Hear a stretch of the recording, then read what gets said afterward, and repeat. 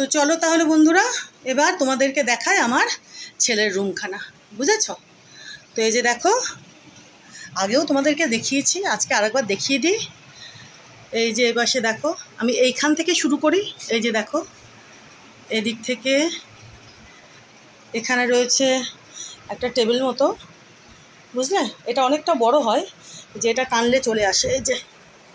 এই যে এটা না টানলে চলে আসে, এটা অনেকটা বড় হয়। এখন চেয়ারটা নয়তো সরাতে হবে, বুঝলে? এই যে এটা টানলে এদিকে পুরো চলে আসে। তো বেশ সুন্দর, এটা জায়গা কম লাগে। ইচ্ছে হলে ওটা বের করো, কিছু কাজ করো, আবার ঢুকিয়ে দাও, যাই হোক। তো এখানে রয়েছে এটা, ঠিক আছে? আর এখানে একখানা চেয়ার রেখেছি। এদিকে দেখো একটা ছোট্ট একটা মিউজিক সিস্টেম মতো আছে। এখানে দেখো আমি শপিং মলে গিয়ে কয়েকটা পুতুল ভালো লাগে ঘরে রাখলে দেখতে। তো এই যে এনে আমি এখানেই ঝুলিয়ে রেখেছি, বুঝেছো? সাজিয়ে রেখেছি।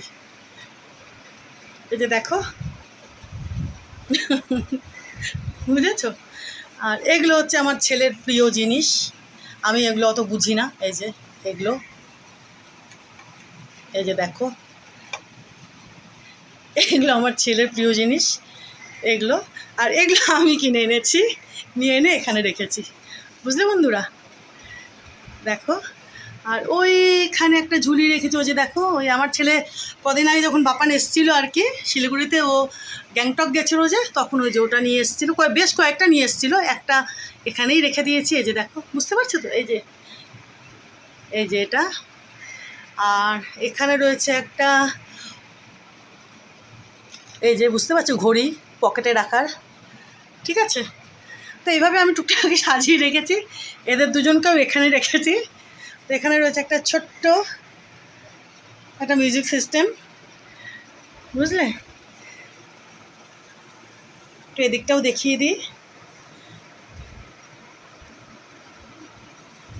মোটামুটি যেভাবে পারি আমি গুছিয়ে রাখি। এখানে দেখো